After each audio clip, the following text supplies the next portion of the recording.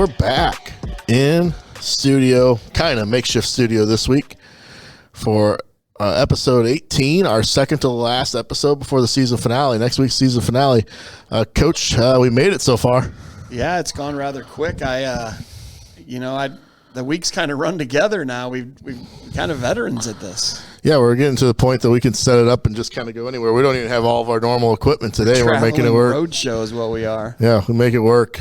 Merrimack Valley has a lot of buildings that we can use. They sure do. Before we jump out to the Riverbend Roundup, just a little heads up. This is Conference Championship Week, as there is a conference champion amongst the ranks. Yeah, I don't know about you, but what a great week it was, but I'm kind of tired.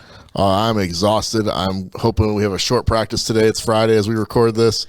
So it's like baseball all week and then hockey late at night, and then I'm up at 5 a.m. and letting the dog out and getting the kids up, and here we go again. Yeah, I was up till 11:30, and I watched that whole game last night. The Blues clinch and move on. Let's go Blues. All right, let's go out to the Riverbend Roundup. All right, the track team finished up their season with a big medal meet at Owensville, and they actually got to go to Owensville when it wasn't 42 degrees and windy. I think they had a really nice night for their track meet, and the very talented girls team finished in third place overall at Owensville, and they had a couple of really fine individual performances. Ariana Edmonds again, first place in the 100 hurdles and third place in the 400-meter dash. Alana Reeder first in the high jump and second in the hurdles. I think they even took first through third in those 100-meter hurdles, and they've dominated that event all year long. Grace Dreyer once again first in the mile and the 800. Very, very accomplished distance runner. Grace Dreyer, great job, Grace. And the girls team, the boys finishers, some of the better boys events.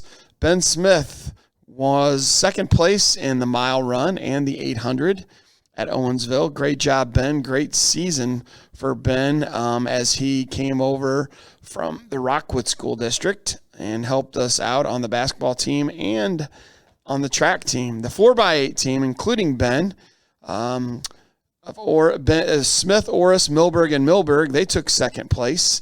And seventh grader Rowan Herman, you heard his name in basketball when we talked about Riverbend. He was second in the seventh grade high jump. Great job, guys. Good season, tracksters.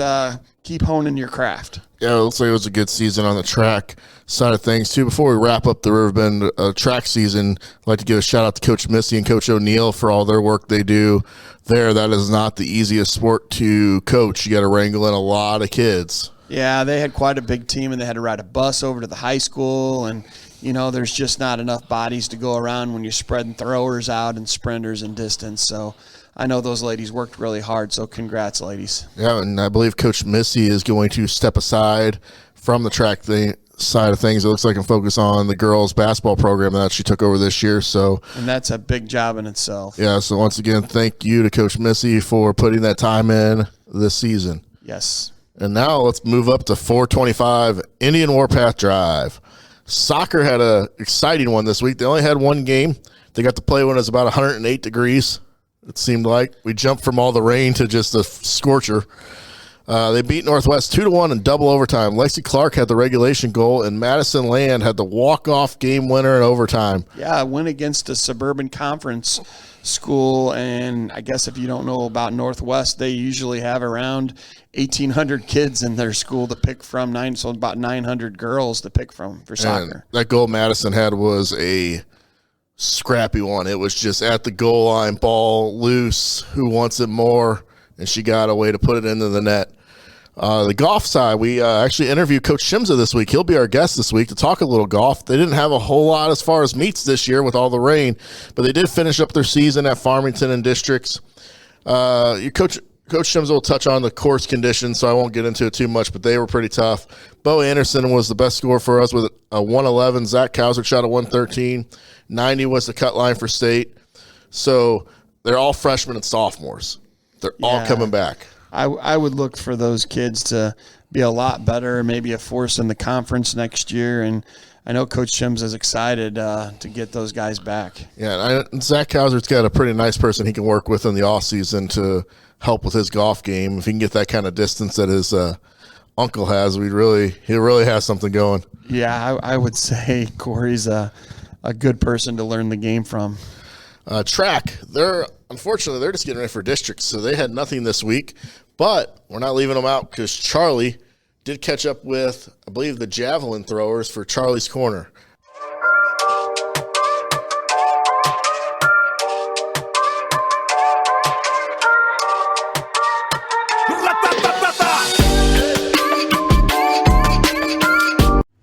This is Charlie Meyer, and I'm here with most of my fellow jav throwers, which includes some familiar voices. Why don't you guys go around and introduce yourself? I'm Molly Pritchard. I'm Andrew Marshall. Aiden Dickey. I'm Alana Robinson. I'm Jenna Adair. I'm Aubrey Harris. So what got you guys in the jav?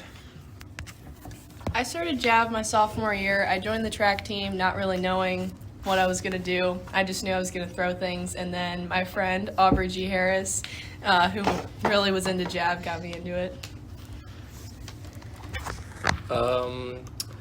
I did shot and disc at first, but I didn't like disc as much because I sucked at it. So I tried jav, and I don't know, I just really liked it. I saw the people doing jav and I thought that looked really fun, so I thought I might as well give it a spin. I started out the season not really knowing what I was going to do. I was going to do just all running events, but then I ended up not being able to do any of those, so people told me I'd be good at JAV, so I tried it about 3 weeks into the season. My mom works with the coach, and I walked into my mom's work one day, and she said that she wanted me to try JAV. I started javelin my sophomore year in the summer during a summer track practice that I just happened to end up at, so that's how I started JAV. And what other events do you do? I also throw shot put and discus. I just do shot. I throw shot. I do long jump. I was thrown into a few other running events a few weeks ago. Currently I just do javelin, but I throw shot put every once in a while. And for everyone who wasn't here last week, what is your favorite part about jav? My favorite part about JAV is just that I can just go there and throw it, and there's really not much expected out of me other than to get some work in. I like it because it's new and it's challenging for me. And what's your guys' favorite part of the season so far? My favorite part of the season was our Herman meet. I had 2 really good throws on shot and disc, and then for my disc PR, they put it down as 30 centimeters instead of 31 meters, so now looking back, it's kind of funny.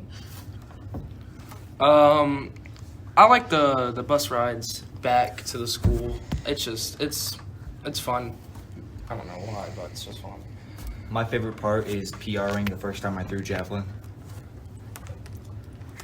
My favorite meet was at Sullivan because I PR'd in JAV and long jump, but I also really liked doing the throwers relay at, I think it was Herman. My favorite meet was conference in Owensville, and I PR'd with 22.40 meters. My favorite part of the season has been trying to get throws in the mud, because it's just chaotic. Every throw is tiring, but I'd say jav takes the most out of you entirely. So how does that affect you guys at meets? Yeah, doing 3 throws, it's especially tiring, but in the words of Coach Mendersky, shut up and throw. I think shot, personally, I don't know, it just takes more out of me. But once Aubrey talks, you're going to hear her say jav, because she's pretty weird about that. So true. Pretty weird. I'd say all throwing gets me tired. I think JAV is definitely tiring, but mostly mentally because there's so much technicality in it, and you can't let your head beat you before anything else. I think JAV is tiring, but I only throw one event, so right afterwards I can just go and take a break. As Andrew said, JAV is the hardest, because it is.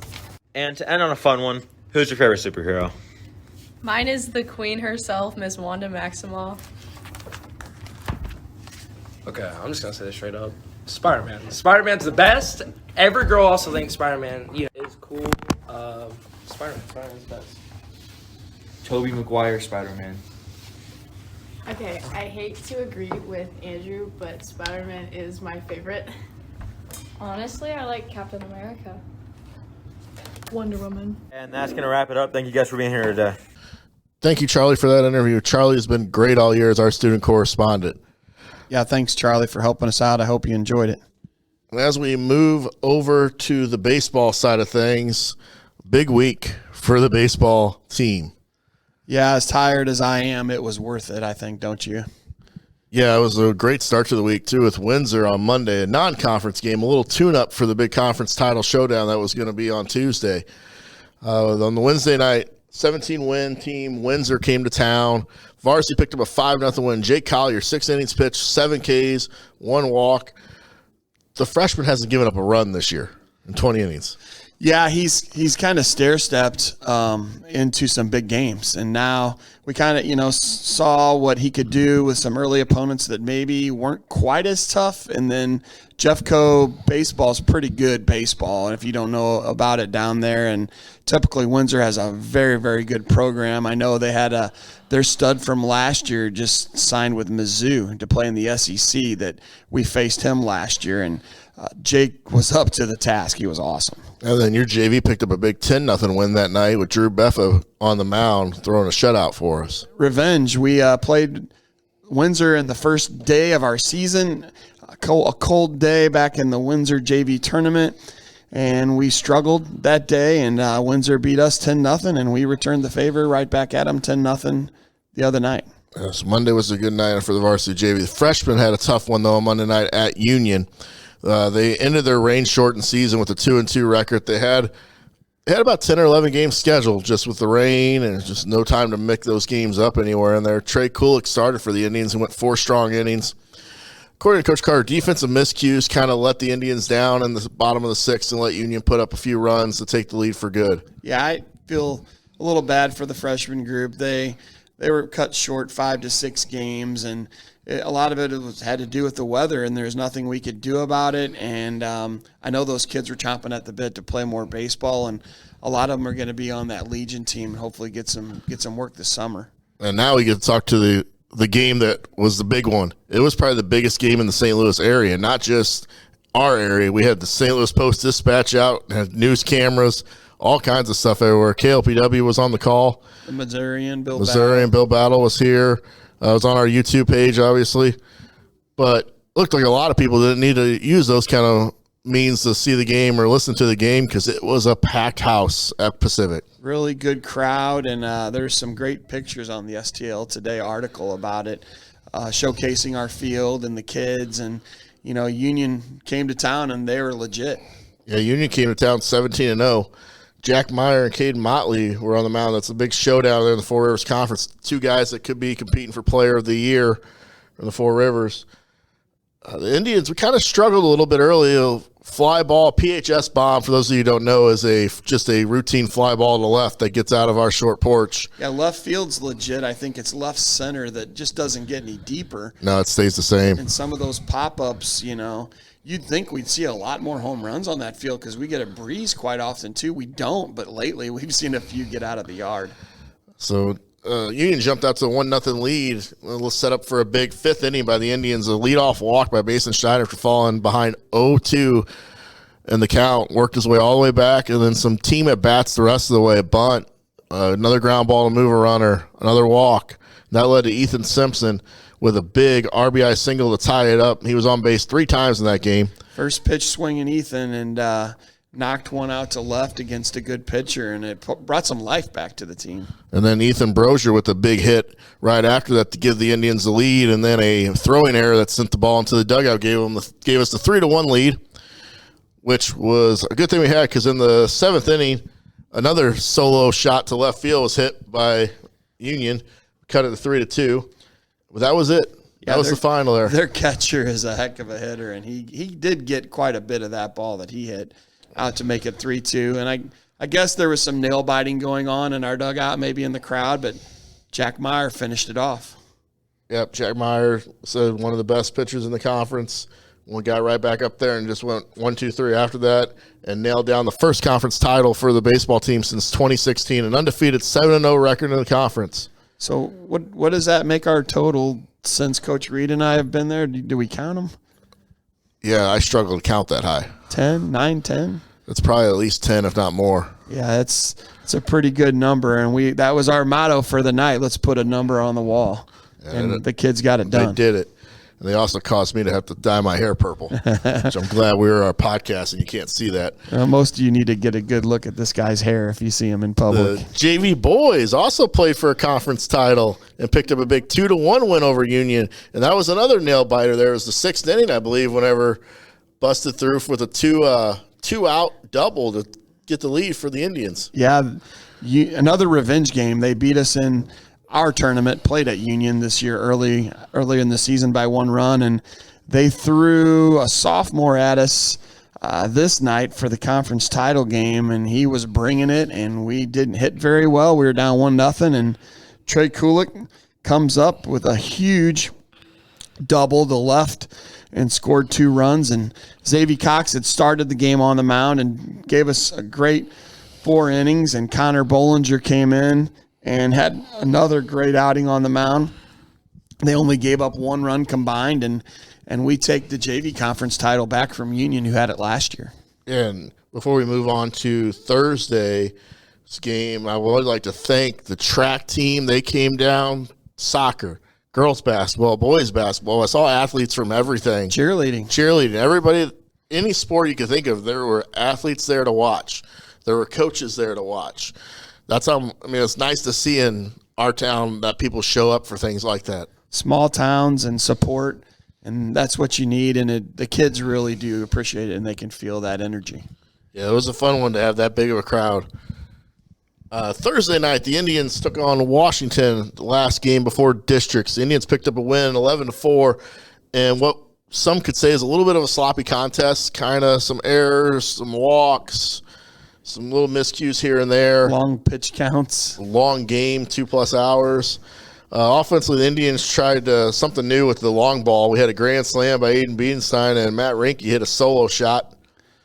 Doubled our output for the season, I think, in home runs in just a couple innings. And like we always say, the home run is a home run in the book. You don't have to say anything, so I don't got to tell people that Matt's scraped the walls that went over about 291. We won't say anything. Yeah, we won't say that. We'll let Matt just have that bomb. When Biedenstein hit his, though, it was no doubt down the line. Hammered grand slam. Trevor Clun had 2 hits and also stole his 23rd base of the season, putting him probably one of the top 3 or 4 for a season, I would say, in stolen bases. He's going to want the record next year. I think he's going to set that as one of his goals.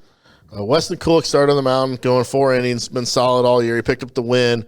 Mason Snyder, Wes Branson, and Ethan Brozier all went 1 inning to finish things. And then the JV lost. The JV did their game. Finish up their season 11-4 last night and had a rough one against Washington. But I told the guys, if you take away the first day of the season and the last day of the season, we were 11-1. And I'm so proud of those guys. And I think they're waiting for me to get a little mad after the game. But I was like, hey, guys, it happens. We didn't play well tonight, and they played outstanding. Tip your cap, and we're moving on. And those guys had a great season for me this year and for us, and can't wait for them to get better in the offseason. So now as we move through all the sports this week, there is district track next week, district soccer, and district baseball next week. As we're kind of winding down the spring, that's why next week's the season finale. And it's district week instead of conference week. And hopefully we'll have some things to report on some positive notes from districts. But for this week, one last time this year, I say, let's go to everybody's favorite segment. Performance of the week. All right, who do you got for this week's performance of the week? I got an idea. I got to go with my guys. I mean, one of the most fun groups I've ever had, and I've had some terrific JV squads with some characters, and we've had a lot of memories together. But these guys rebounded this week with revenge wins, like I said, over Windsor and Union. My JV guys avenged those losses. We won 11 of 12. They work hard. They're great teammates. I think we lost a couple games due to the rain as well, but we had a ton of fun. And early in the season, after those first 2 losses, we could have folded a little bit and not played very well, but that's not what we did. We came out and we got hot, and kudos to you guys. The pitching, the hitting, the defense was all above par, and finished 11-4. So that's my performance of the week. My performance of the week, I'll go a little different. Don't worry, the other one will be mentioned. It'll be a performance of the week for both of us. But Madison Land, game-winning goal in the thrilling double overtime game. Also, I mean, tough heat to play through. 10th goal on the year for her, so it puts her second on the team. Performance helped the Indians remain hot as they move towards districts on Monday with 2 big wins kind of as they're heading in. A little momentum going for them. So my performance of the week goes to Madison Land. Great job, Madison. I know there's a lot of pats on the back to go with that soccer team, and lots of different girls that make a difference each night. And then the obvious performance of the week that we kind of sort of circumvented was the varsity baseball team with their conference title and moving their record to 18-2 on the year as they head into districts on Monday. Once again, great job by our guys. I give all the credit to them. They put in the work and they get it done.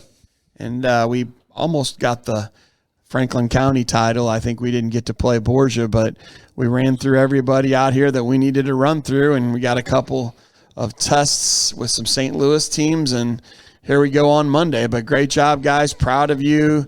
Enjoyed seeing the smiles. A lot of people in the community congratulated us, and you guys on a great win against Union.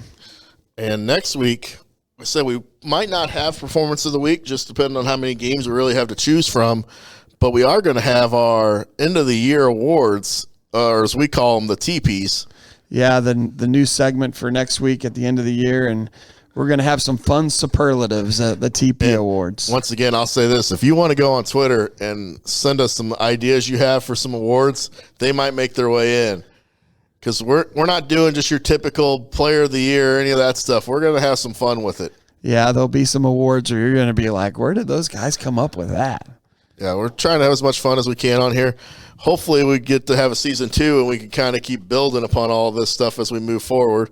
And Riverbend kids out there, we might even have a Best Riverbend Podcast Fan Award we might give out. There could be some awards handed out at Riverbend, too. Like I said, we try to cover everything we can. So don't go anywhere, though. We're going to be joined in studio with head golf coach Rob Shimza when we're back.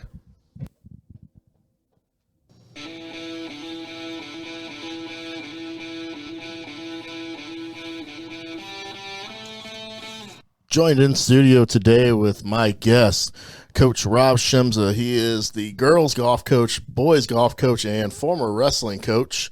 Coach, thanks for joining us today. Thanks for having me. So we'll jump, before we get into the coaching thing, we always like to talk on the PHS alumni. We've had multiples on this show now. You're another one we get to add to that. How was it going here back in the early 90s?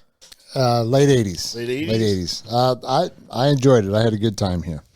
Good enough to come back and work here. Yeah, as I say, there's a lot of us that keep coming back to this area. Then you went on to play football at Northeast Missouri State? Yeah, for 2 years. And then I joined their athletic training program. That's a pretty decent college football program from what I understand. So how was it playing a little college football? It was good. It was more like a job going to college, to be honest with you, but it was fun. Played against some good guys, got to tackle some ex-NFL players, and so it was fun. All right, now we're here to talk about the boys golf. Before we jump over there, we just get a quick recap on the girls season because we weren't in business back then. Struggled a little bit. It's a relatively new program. This was only the third year we've had the program. None of the girls had ever really played before we started. So we're still have some growing pains there, but we're seeing improvement every year. Still haven't sent anybody to the state tournament, but we're working on it. And like you touched on, it's a new program. I talked with Jesse Knott about the girls wrestling program being new. How much fun is it to kind of start a program? It's fun. It takes a lot of work. golf is not as demanding physically as wrestling, but there's a lot of, if you've never played much golf, it's hard to get good. I always tell them it's one of the easiest sports to play, but it's one of the hardest to be good at. So it takes some work. Yeah, I play often. I'm still terrible, so I know how that feels.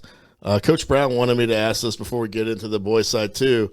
Wrestling coach for numerous years, had a lot of success in that role. How much did you enjoy running that program over all those years, and now are you enjoying that free time you have in the winter? I know you ref a lot. I loved coaching wrestling. Wrestling has been my lifeblood since I started when I was 10 years old. So it was tough in some ways giving that up, but it just got to the point where my body was tired and my mind was tired, and it was just time to move on. I do officiate wrestling now, so I still get to stay around the wrestling world, but it was definitely a lot different than coaching golf.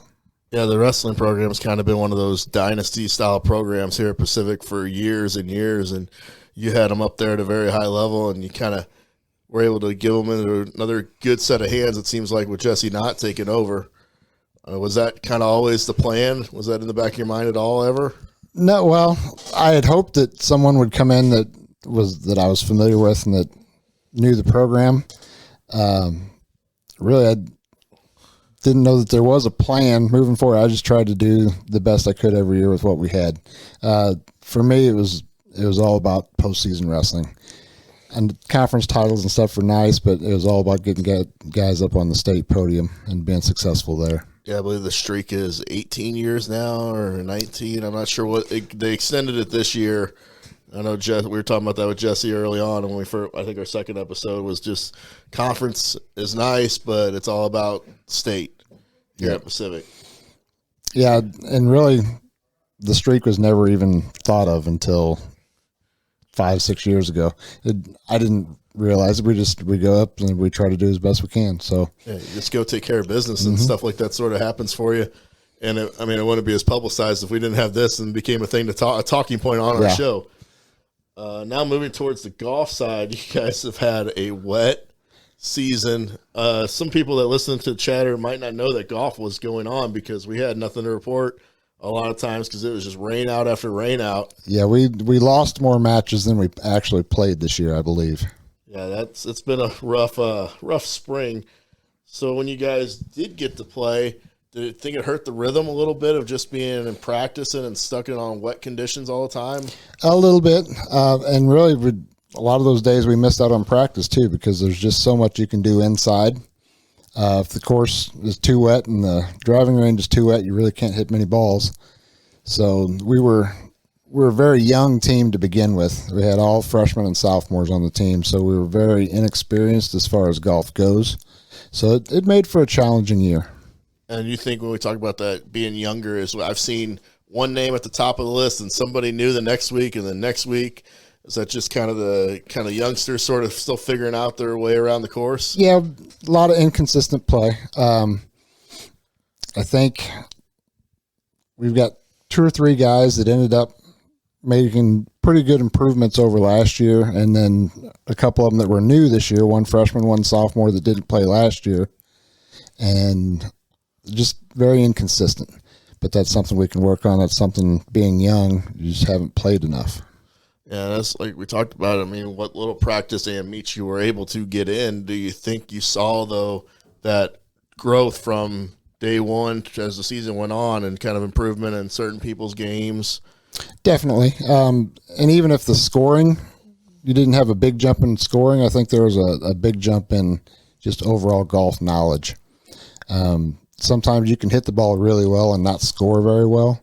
Sometimes you can score pretty well and not hit the ball very well. I think we're just right there on the edge of putting those two together. Yeah, we talk about the young team. That's something that I'm just now starting to learn, is sometimes you're better to know what you're doing versus actually know your way around the course. If you get in a spot, instead of trying to hit the heroic shot and save a couple strokes, you end up adding 4 or 5 to a hole.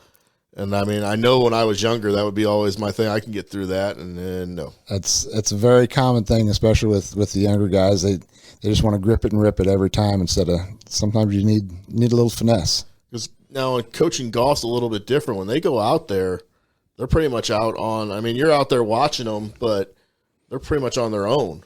Pretty much. I mean, decision making. I can coach some, but having that many kids, you can't spend all your time with one kid. Yeah, so you pretty much have to just be on that hole whenever situation comes up. So right. So a lot of the situational stuff we'll try to talk about in practice. Once it's hard to fix a swing during the middle of a round. So the swing part of things we have to work on the range. Getting out on the course, it's just trying to keep them more level-headed and keep them in the mental side of things. And that's something I've always wanted at golf practice, just because I play baseball, so I never got to do it, or I would have loved to. I'm sure there's a lot of baseball guys that would love to play golf. I know we work on situations though in baseball where we put certain runners on base. You talk about situations that you kind of ever get out on the course and sort of look and say, hey, if you're over here in this bunker, your best play is probably, because I know you guys get practice rounds before the bigger meets and stuff. Yeah, we'll go through some of that stuff, and we'll, especially before a new course, a lot of these guys had never played any of these courses we played this year. Come up to the hole and say, okay, on this hole, where's your danger? So if you're going to miss, you need to miss right because we're out of bounds left. So it's just that kind of stuff that they may not think about. They just want to get up there and hit it. And speaking of the golf game, too, I mean, you get to go out to the course every day. So has that helped with your game as well? We always used to joke with Van Leer that he was playing all the time. Well, I'm out there all the time, but I really don't play that much. There's a lot of time we spend up on the range, or I'll send some of them to go out and play, and I'll stay up on the range with some of them. So I'm out there a lot. I actually work on my short game some when we're on the putting green, but I don't just sit up there and hit balls. I'm actually doing some coaching. Because that was the running joke with Van Leer for all those years, was he was always playing behind them in practice. Before we kind of wrap it up, too, we had districts this week. I know you guys were down at Farmington. I don't remember the course. Crown Point. Crown Point. How did all of that go to finish up the season? It was a struggle. One, the conditions were not good for golf. It was 30, 40 mile an hour winds. That's a pretty flat, open course, so there's no trees. So there were some of the flags kind of bending over double almost. And then they had gotten a lot of rain the week before, so the rough was 4 or 5 inches thick, and it was tough conditions. The course won for a lot of things. Yeah, I saw some scores for the whole district as a whole and kind of thought the course was in pretty tough shape. And imagine that it had been raining again during this season. So hopefully, though, next year you did get to build on some things with your young guys. You bring everybody back. Maybe it'll be drier next spring. I don't know anymore. You looking forward to the next year with what you got coming back? Not just the next year, the next few years. Like I said, we were all freshmen and sophomores. There were no juniors and seniors. So got the same exact group for at least 2 more years, and then some of the freshmen coming up ended up doing pretty well. Zach Kauser ended up being our number 3 golfer. So, it's looking favorable. We were kind of middle of the pack in the conference, so I think next couple of years can move up. I'll say before we jump over, I kind of skipped over the conference meet. Zach Kauser had a pretty good day at the conference meet. Zach medaled either 8th or 9th in the conference. I can't remember off the top of my head. No, he might have been 5th. I think Connor Bartell was 8th. So we had a couple guys medal in the conference. It was at St. Clair, and they had the course set up a little bit short, so that kind of helped Zach out a little bit. He hits it pretty straight, but he's not real long yet. So overall pretty good. I'd like to thank you for joining me today. Kind of talking a little golf. We'll be back for the girls' season next year. I'm excited to get a little deeper into that program with it being brand new. Before we sign off, I just want to let everybody know we got one more episode coming up. The season finale is next week. So until then, keep up the chatter.